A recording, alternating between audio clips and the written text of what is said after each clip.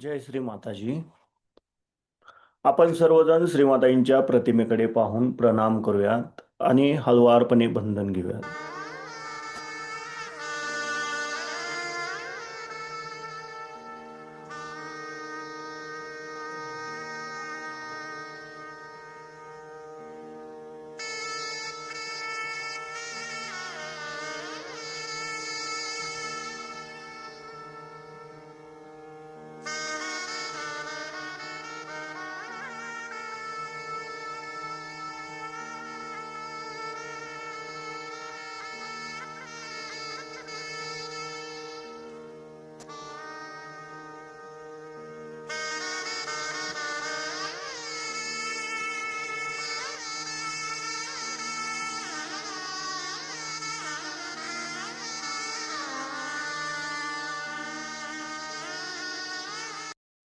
परमपूज्य श्री माताजी, आपण साक्षात श्री आदिशक्ती आहात.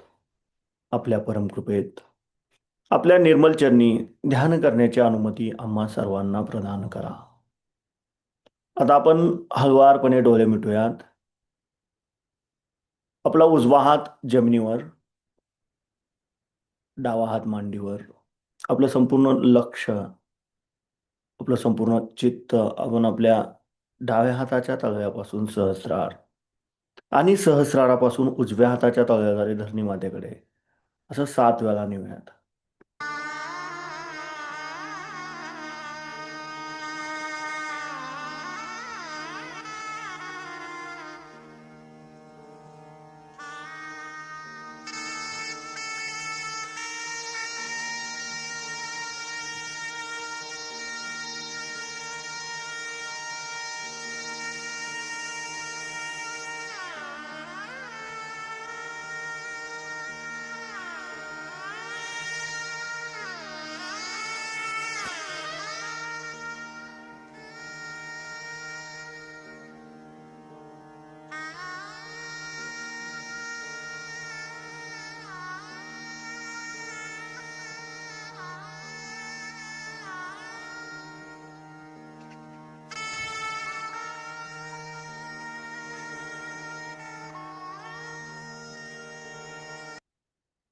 परमपूज्य श्री माताजी, आपण साक्षात श्री महाकाली आहात. आपल्या परमकृपेत आमच्या डाव्या बाजूतील इडा नाडीवरील तमोगुणांचे सर्व दोष, सर्व बाधा हे या उजव्या हाताद्वारे पृथ्वी तत्वामध्ये समर्पित करून घ्या व आमची इच्छाशक्ती शुद्ध व निर्मल बनवा, जागृत बनवा. आता आपण हळुवारपणे आपला उजवा हात मांडीवर ठेवायचा आहे आणि डावा हात कोपरात वाकवायचा आहे, आकाश तत्वाकडे करायचा आहे. आपलं संपूर्ण अटेन्शन आपण आपल्या उजव्या हाताच्या तळव्यापासून सहस्रार आणि सहस्रारापासून डाव्या हाताच्या तळव्याद्वारे आकाश तत्वामध्ये 7 वेळा नेऊया.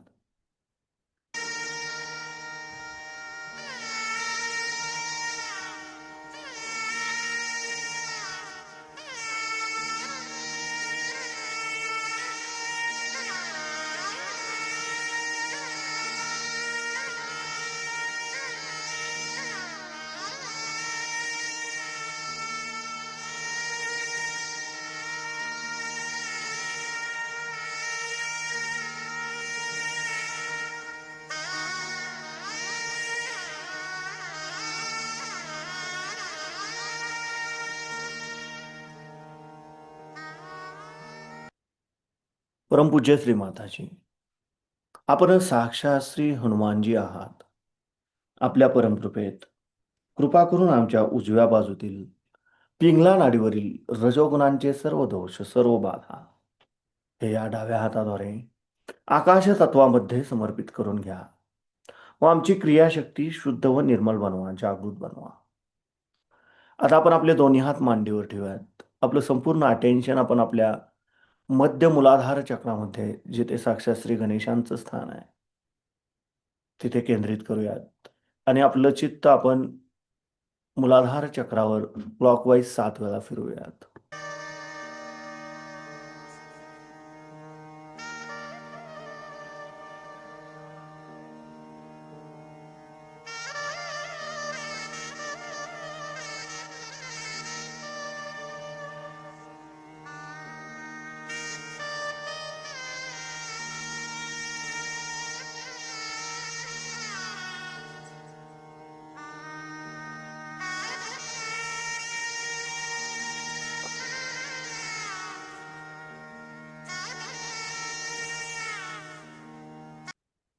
परमपूज्य श्री माताजी, आपण साक्षात श्री निर्मल गणेश आहात.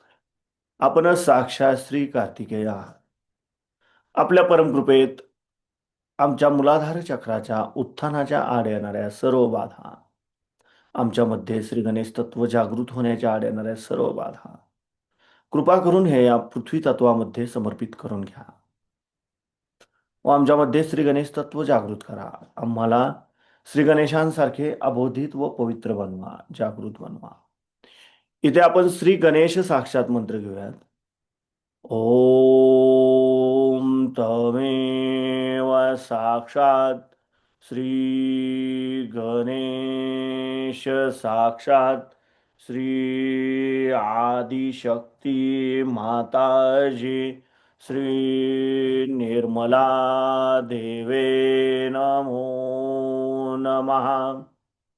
आता आपण आपला उजवा हात आपल्या ओटीपोटावर डाव्या बाजूला दाबून धरूयात, आपल्या डाव्या स्वाधिष्ठान चक्रावर. परमपूज्य श्री माताजी, आपल्या परमकृपेत कृपा करून आम्हाला शुद्ध आणि निर्मल विद्या प्रदान करा.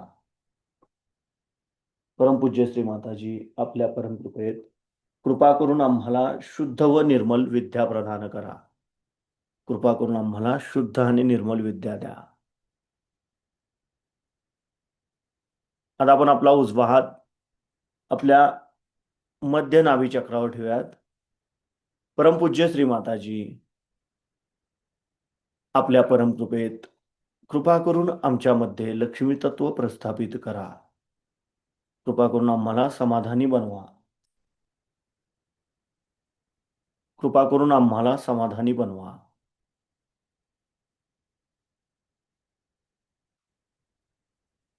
आता आपण आपल्या उजव्या हाताचा तळवा आपल्या नाभीच्या भोवताली म्हणजे आपल्या भवसागरावर गोलाकार क्लॉकवाईज 7 वेळा अगदी सावकाशपणे.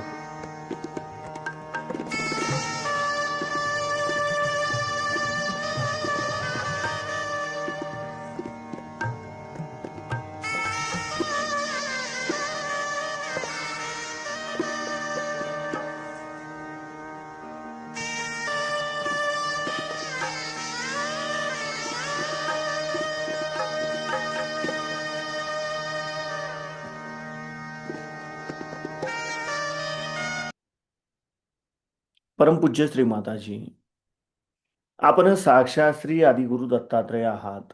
आपल्या परमकृपेत कृपा करून आमच्या भवसागर चक्रातील सर्व प्रकारचे असंतुलन, सर्व बाधा कृपा करून आपल्या निर्मल चरणी समर्पित करून घ्या व आमच्यामध्ये गुरुतत्व प्रस्थापित करा. कृपा करून आम्हालाच आमचा गुरु बनवा. परमपूज्य श्री माताजी, कृपा करून मलाच माझा गुरु बनवा. मलाच माझा गुरु बनवा. आमच्यामध्ये गुरुतत्व जागृत करा. आता आपण आपला उजवा हात आपल्या हृदयावर ठेवायचा डाव्या बाजूला. परमपूज्य श्री माताजी, आपल्या परमकृपेत मी केवळ एक शुद्ध आत्मा आहे. मी मन नाही, बुद्धी नाही, शरीर नाही, अहंकार नाही. मी केवळ एक शुद्ध आत्मा आहे. मी केवळ एक शुद्ध आत्मा आहे. मी केवळ एक शुद्ध आत्मा आहे. कृपा करून आपण आमच्या हृदयामध्ये विराजमान व्हा.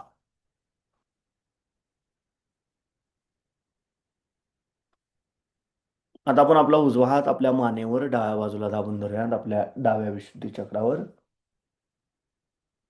परमपूज्य श्री माताजी, आपल्या परमकृपेत मी निर्दोष आहे. मी निर्दोष आहे. मी कुणाचाही दोषी नाही. मी निर्दोष आहे. मी निर्दोष आहे. मी निर्दोष आहे. आता आपण आपला उजवा हात आपल्या कपाळावर आपल्या आज्ञाचक्रावर दाबून धरूयात. इथं 3 वेळा आपण क्षम म्हणूयात. क्षम क्षम क्षम. परमपूज्य श्री माताजी, आपल्या परमकृपेत मी माझ्यासहित सर्वांना अगदी हृदयापासून क्षमा केली आहे. माझ्या मनात कुणाबद्दलही राग नाही, द्वेष नाही. मी माझ्यासहित सर्वांना अगदी मनापासून क्षमा केली आहे. कृपा करून आम्हाला सदैव क्षमाशील बनवा. तर आपण आपल्या उजव्या हाताचा तळवा आपल्या सहस्त्रारावर आपल्या टाळभागावर घट्ट दाबून धरूयात आणि जागच्या जागी गोलाकार क्लॉकवाईज 7 वेळा फिरवूयात. मसाज करूयात आपल्या टाळभागाची.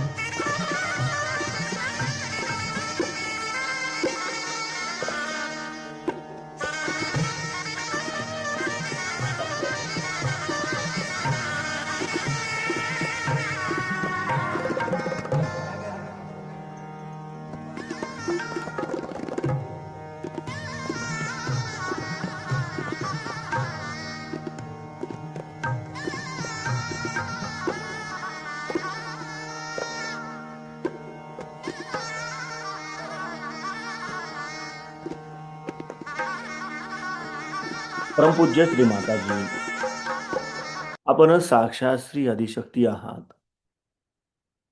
आपल्या परमकृपेत कृपा करून मला माझा आत्मसाक्षात्कार प्रदान करा. कृपा करून आम्हाला परमेश्वरी प्रेमशक्तीशी एकरूप करा. आम्हाला निर्विचारिता द्या. आता आपण आपले दोन्ही हात मांडीवर ठेवूयात. आपलं संपूर्ण अटेन्शन आपण आपल्या दोन्ही हातातून वाहणाऱ्या चैतन्य लहरींवर आणि आपल्या टाळूभागामध्ये केंद्रित करूयात. आपल्या सहस्रारामध्ये केंद्रित करूयात आणि ह्याच अवस्थेमध्ये आपण श्रीमातांची अमृतवाणी ऐकूयात.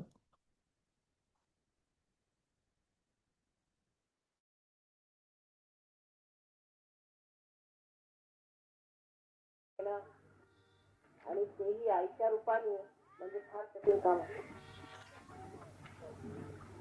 गुरु म्हटला की त्याचा आपोआपच सगळ्यांना होत होतो.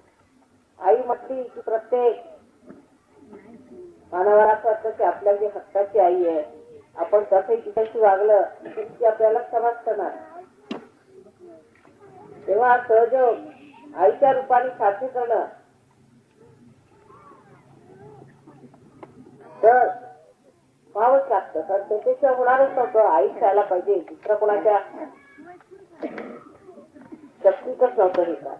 पण मल्हारपेठेत सत्कार बघून आईच्या त्या कलियुगात फार आश्चर्य आणि फार आनंद होता.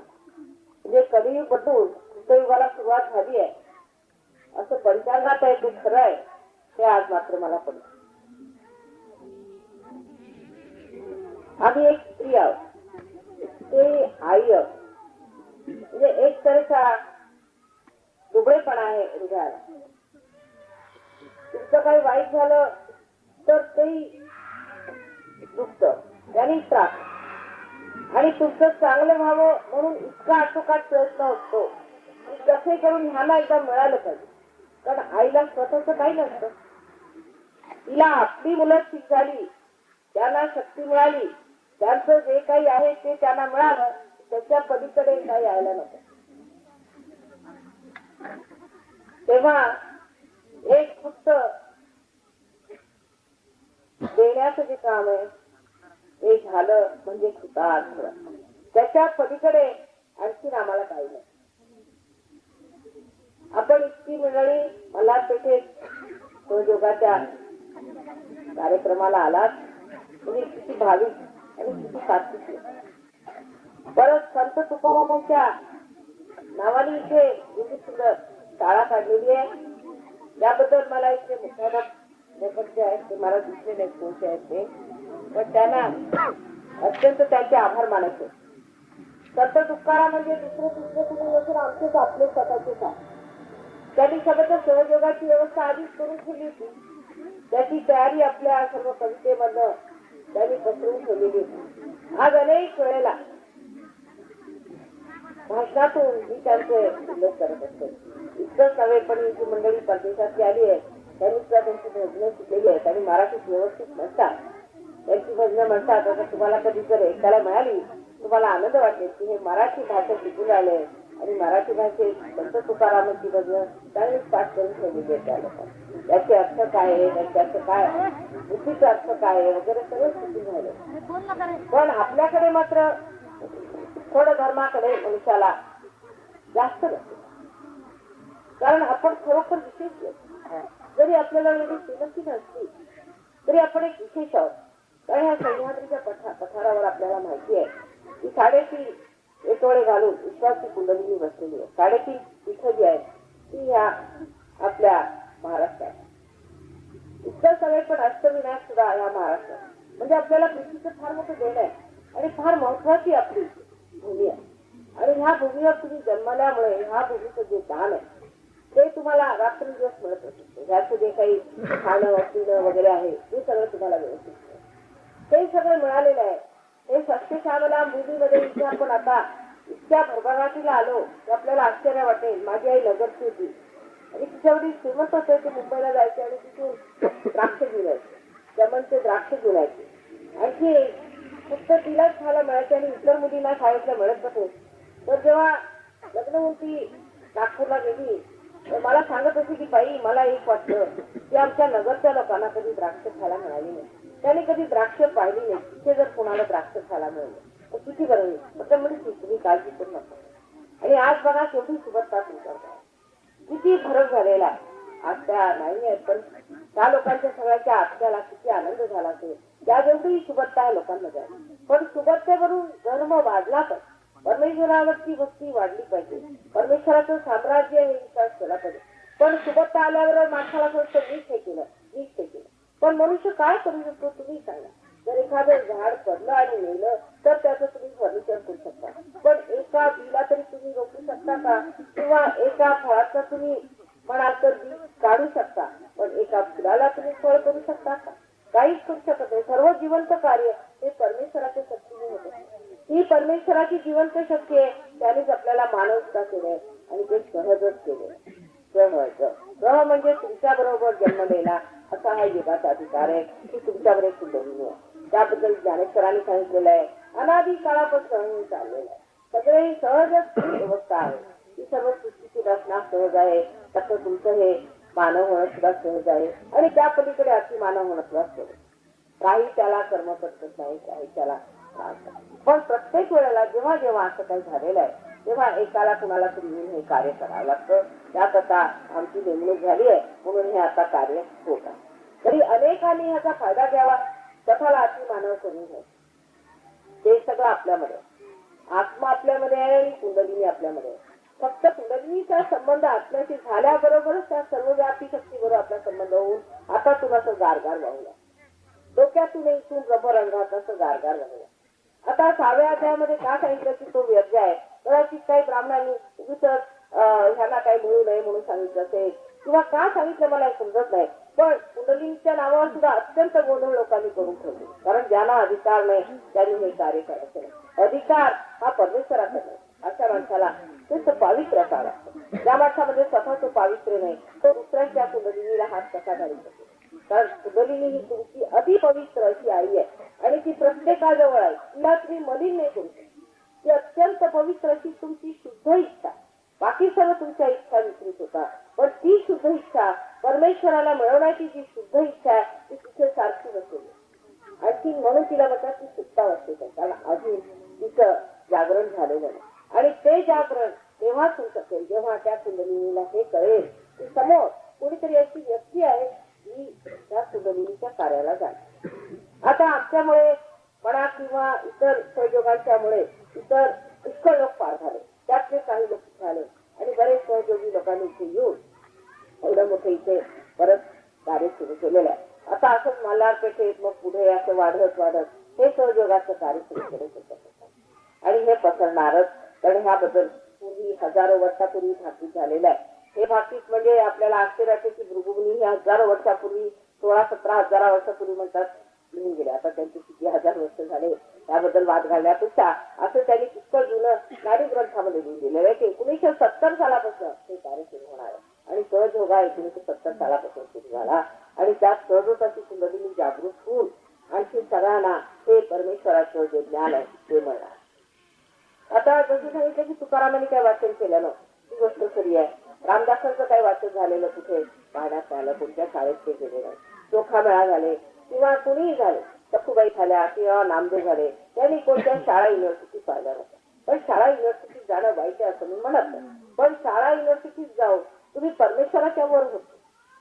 शाळा युनिव्हर्सिटीत जाऊन लोकांना सांगतो की जे पुस्तकात आहे ते परमेश्वराच्या वर आहे. विशेष माणूस दिसतो. हे सुद्धा ज्ञान परमेश्वरापासून आलेलं आहे. सगळं ज्ञान परमेश्वरापासूनच येतं. पण शेवटी आत्म्याचं दर्शन झाल्यावर त्यात आतूनच ते ज्ञान एवढं. आणि सर्वसाधारण मनुष्य सुद्धा आधी इतका संतांसारखा बोलू लागतो. सहयोगाने पार झाल्यावर आपण सर्व संतोष. आणि संतांना काही तुम्ही घरद्वार सोडून पलायन वाद घेण्याची गरज नाही. घरातच राहून मुलाबाळांमध्ये राहून आपला संसार चांगला साजरा करून अगदी व्यवस्थितपणे नांदून त्या घरामध्ये एक तऱ्हेचं परमेश्वराचं साम्राज्य आणलं पाहिजे. आणि ते साम्राज्य सुखदायी, आनंददायी आणि मंगलमयी असेल. ते जर झालं नाही तर ते परमेश्वराचं साम्राज्य नाही. असा ईश्वरीय अंश तुमच्यामध्ये जागृत झाल्याबरोबर तुमचं वागणं स्वतः ईश्वरीय होतं. आता इथे जी मंडळी आलेली आहेत बाहेरून, जसं मी सांगितलं, ते लोक तर तुमच्या मनाने पुष्कळच जास्त पुष्कळ जास्त. पण हे म्हणजे संत खरं म्हणजे ह्यांची एक स्थिती फार उच्च प्रतीची म्हटली पाहिजे. कारण आज हे पार झाले आणि उद्या सगळं सोडून द्या, ही स्थिती आपल्या महाराष्ट्रात मी एवढी पाहिली आहे. तरी इतकं चांगलं आहे. पण तरी सुद्धा एका दिवसात आज पार झाले आणि उद्या सगळं सोडून आणि व्यवस्थित झाले असे हे लोक म्हणजे किती मोठे संत असायला पाहिजे. म्हणजे याची पूर्वजन्माची केवढी कमाई असायला पाहिजे. त्याच्याशिवाय काय होऊ शकत नाही की आजच यांना मी पार केला आणि उद्याच्या दिवशी सगळं मोकळं सोडून अगदी कमळासारखे वर आले, सगळे चिकनाचे राहून गेलं आणि सगळे वर आले. हे मात्र मला ह्यांचं पण फार आश्चर्य. हे ह्यांचं विशेष आहे. बरं, त्याला तुमच्यासाठी धर्ममीमांसा नाही, त्यांना काही लहानपणापासून वळण मिळालेलं नाही. जसं वाटायचं तसं वागा, आईवडिलांचं तेवढं लक्ष नाही, घर वगैरे अशी काही व्यवस्था नसताना सुद्धा त्या लोकांनी जसा जो आत्मसात केला आणि जो डोक्यावर धरलेला आहे त्याच्याकडे पण मला कधी कधी आश्चर्य असते की आपल्या महाराष्ट्रात आपण रोजच धर्माबद्दल ऐकत असतो आणि आपल्याला एवढे एवढे मोठे संत झालेले त्यांनी लहानपणापासून आपण त्यांची अभंगवाणी वगैरे म्हणत असताना सुद्धा जेव्हा आपल्याजवळ हा धर्म येतो, आपल्याला जागृत होतो, तेव्हा मात्र आपण एवढ्या देण्याने जगत का? कारण कदाचित आपल्याला अति माहीत असल्यामुळे अति परिचयात अवज्ञात होत आणि त्यामुळे लोक एवढं त्याच्यात जमत नाही. पण खरं सांगायचं म्हणजे आपल्या देशामध्ये इतकं वरदान आहे परमेश्वराचं, इतका आपण खरोखर इतके भाग्यवान लोक आहे त्याची आपल्याला कल्पनाच नाही आहे की ह्या लोकांनी काय काय विषय केले, काय काय त्रास आहे. असो द्या ते झालं. आता मात्र पुढे सर्वांनी सहयोगामध्ये म्हटलं तर अनादी आहे. पूर्वी काळचा आलेला आज तसाच आहे आणि पुढे अत्यंत मॉडर्न पण, कारण ह्याच्यामध्ये सर्व धर्मांची शक्ती मिळते. तेव्हा अगदी सगळ्यात विशेष म्हटलं तरी अगदी मॉडर्न हा धर्म आहे की दत्तात्रयाचा संबंध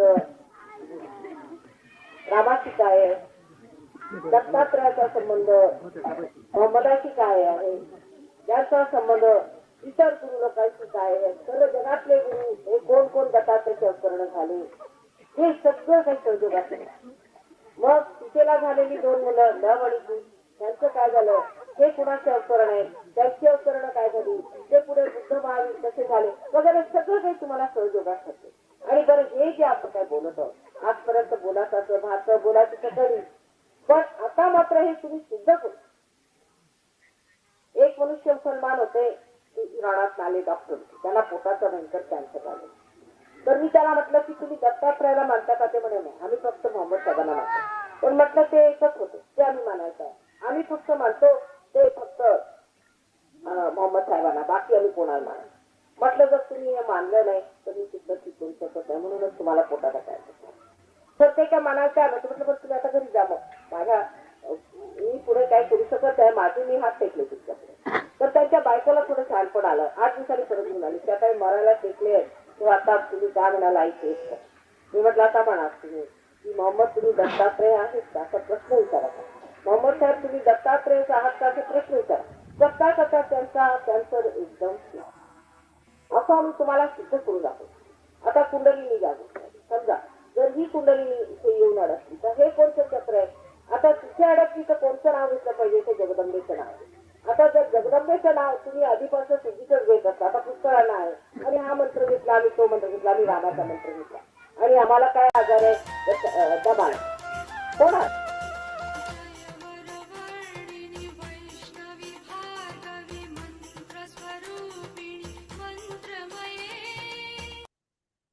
आपण हळुवारपणे डोळे उघडूयात, श्रीमाताईंच्या प्रतिमेकडे पाहून प्रणाम करूयात आणि हळुवारपणे बंधन घेऊयात.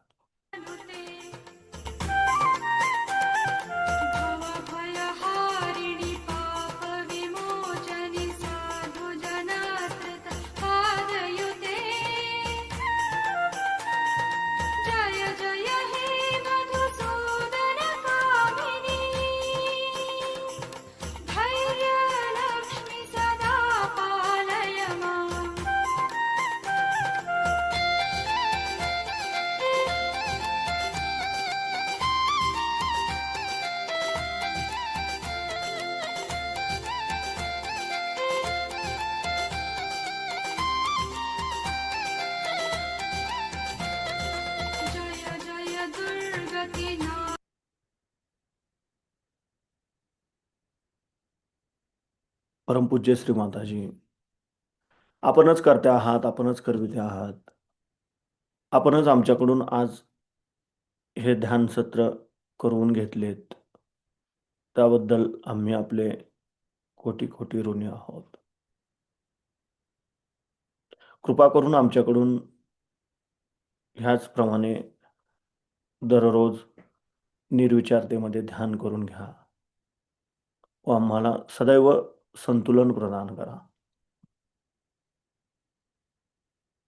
जय श्री माताजी.